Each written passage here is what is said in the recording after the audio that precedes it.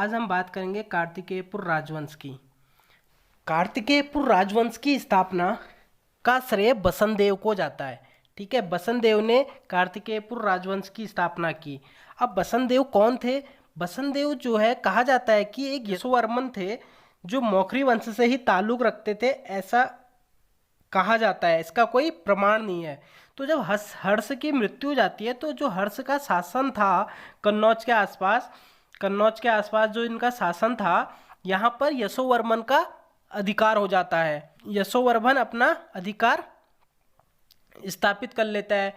तो जब वो यहाँ पर अपना अधिकार स्थापित कर लेता है तो जो उत्तराखंड का भूभाग था जहाँ पर हर्ष का शासन था, इस क्षेत्र को भी वो अपने अधिकार में ले लेता है और यहाँ पर एक सामंत को बैठा देता है, जो कौन था?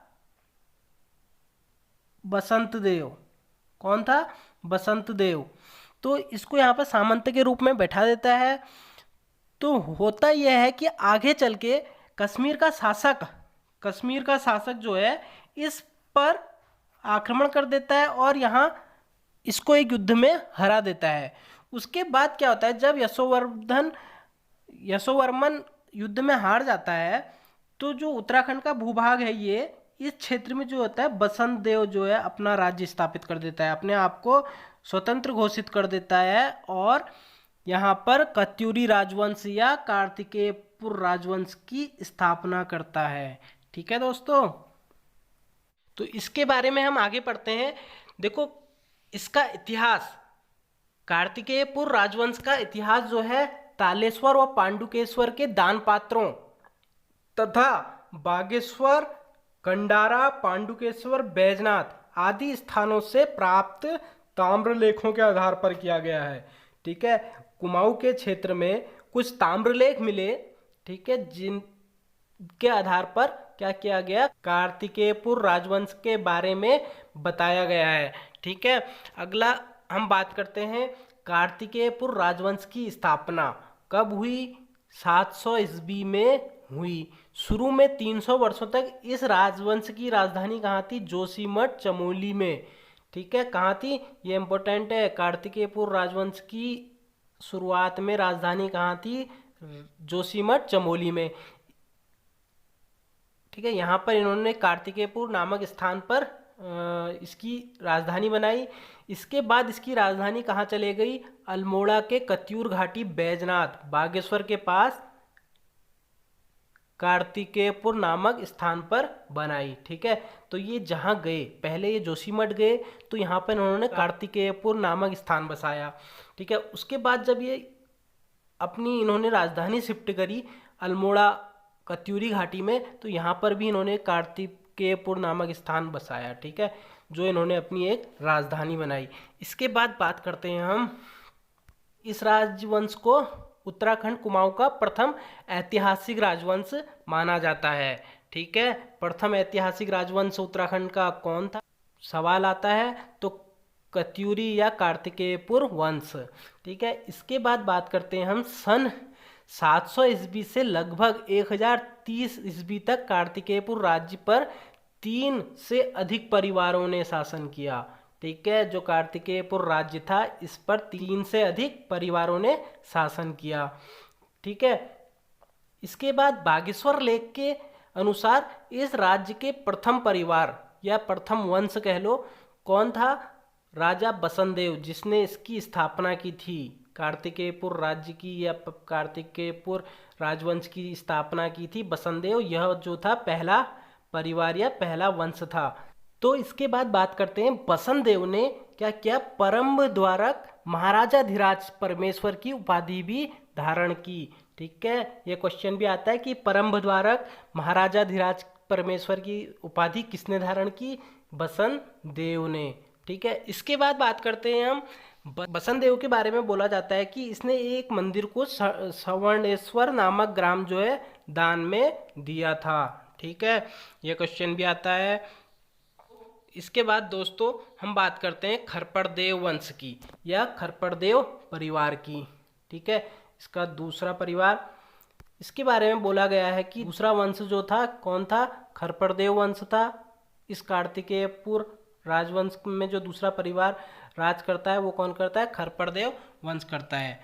और इसके बारे में बताया गया है कश्मीर इतिहासकार कल्हड़ की राजतरंगिणी पुस्तक, यह सवाल भी आता है राजतरंगिणी पुस्तक किसने लिखी, कल्हड़ ने लिखी।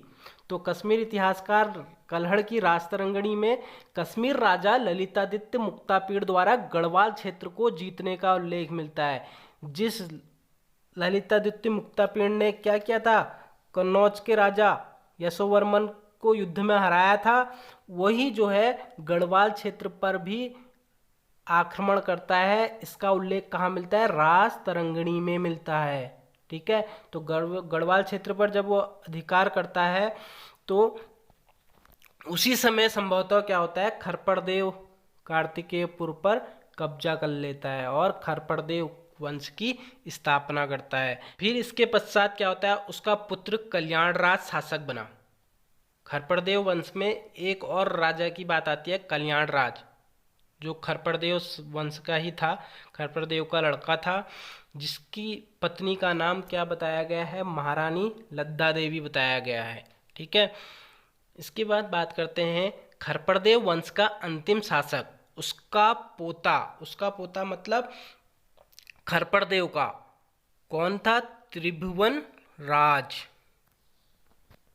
था। ठीक है, इसके बाद बताया गया है कि त्रिभुवन राज द्वारा किरात पुत्र के साथ संधि की गई। ठीक है, कोई किरात जाति, अब यहाँ पर क्या विभिन्न जातियां भी तो निवास करती थी छोटे छोटे हिस्सों में, तो कोई किरात पुत्र था, उसके साथ संधि की, ऐसा बताया गया है।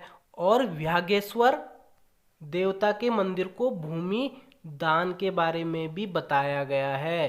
ठीक है, इनके बारे में क्या शुरू में बात करी थी, कहाँ से पता चलता है, बागेश्वर, कंडारा, पांडुकेश्वर लेखों से पता चलता है ना, तो ऐसा कहाँ लिखा गया है, बागेश्वर लेख में लिखा गया है।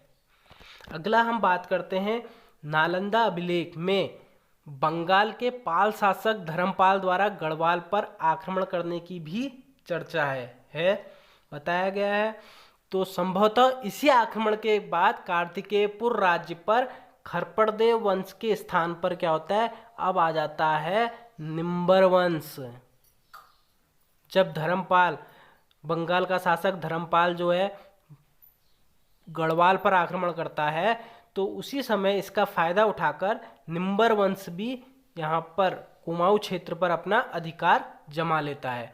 ठीक है, अब हम बात करेंगे निम्बर वंश, यह तीसरा परिवार था कार्तिकेयपुर राजवंश का।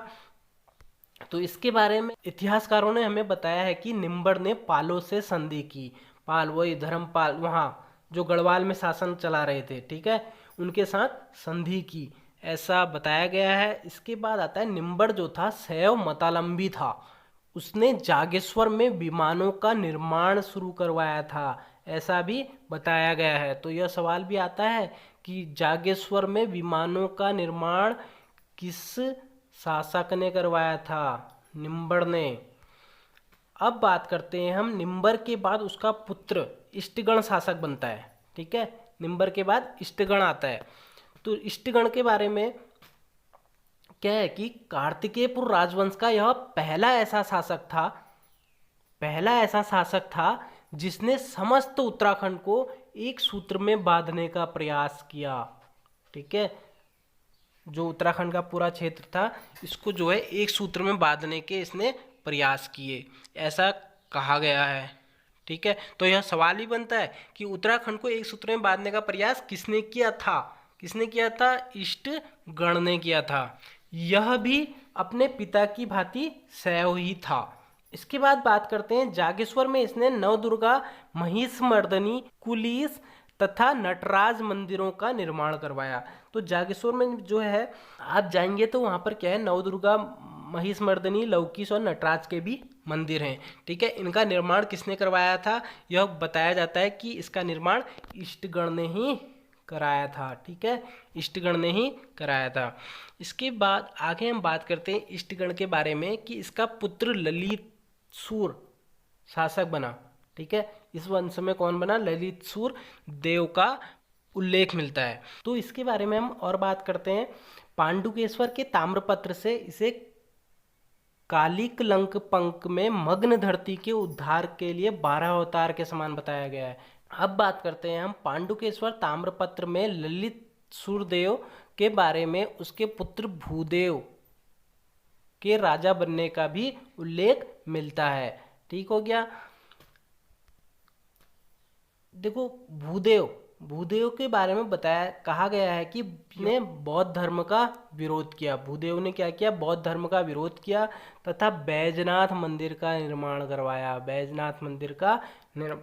करवाया। ये गरुड़ के पास पड़ता है। इसके बाद आता है सलोड़ादित्य वंश। ठीक है, कौन सा? सलोड़ादित्य वंश। इसके बारे में भी कुछ पांडुकेश्वर और बालेश्वर से प्राप्त ताम्रलेखों के अनुसार सलोड़ादित्य के पुत्र इच्छड़देव ने सलोड़ादित्य की वंश की स्थापना की।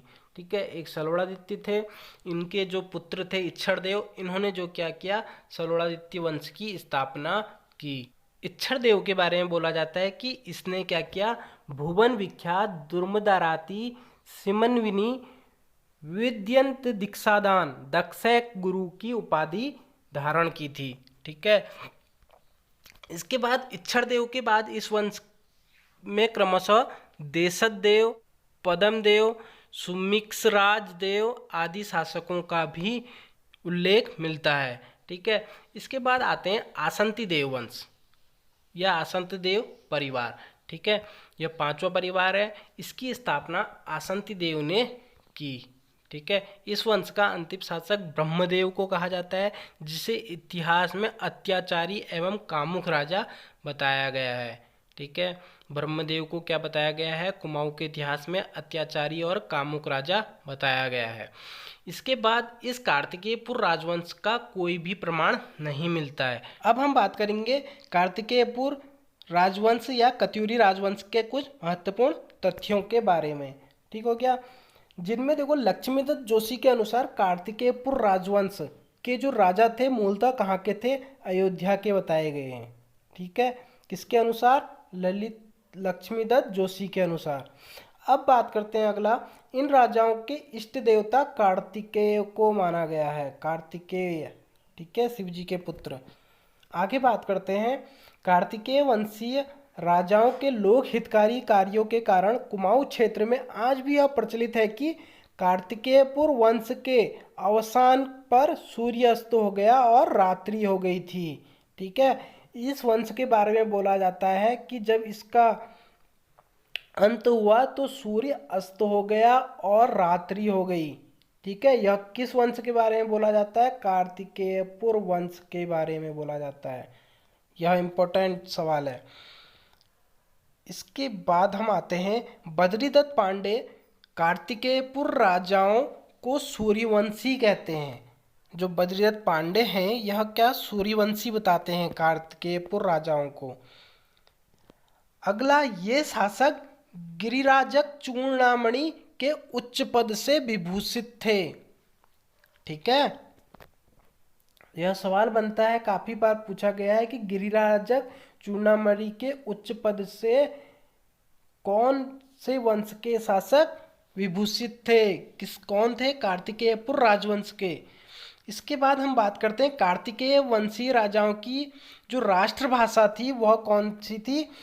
संस्कृत थी राजभाषा, और जो लोक भाषा, जो लोक प्रसिद्ध भाषा थी वह कौन सी थी? पाली। ठीक है, अगला हम बात करते हैं कार्तिकेयपुर ताम्रपत्रों के अनुसार कार्तिकेयपुर राज्य की जो सीमा थी उसके बारे में बोला जाता है कि यह एक समुद्र से दूसरे समुद्र तक थी। कार्तिकेयपुर राजवंश के शासनकाल में ही उत्तराखंड में आदिगुरु शंकराचार्य के आगमन के बारे में भी कहा गया है। इसी समय जो है आदिगुरु शंकराचार्य उत्तराखंड आए। आगे बात करते हैं हम, शंकराचार्य जी ने इस क्षेत्र में बौद्ध धर्म के प्रभाव को समाप्त करने तथा हिंदू धर्म की पुनर्स्थापना में महत्वपूर्ण भूमिका निभाई थी। शंकराचार्य जी ने क्या किया?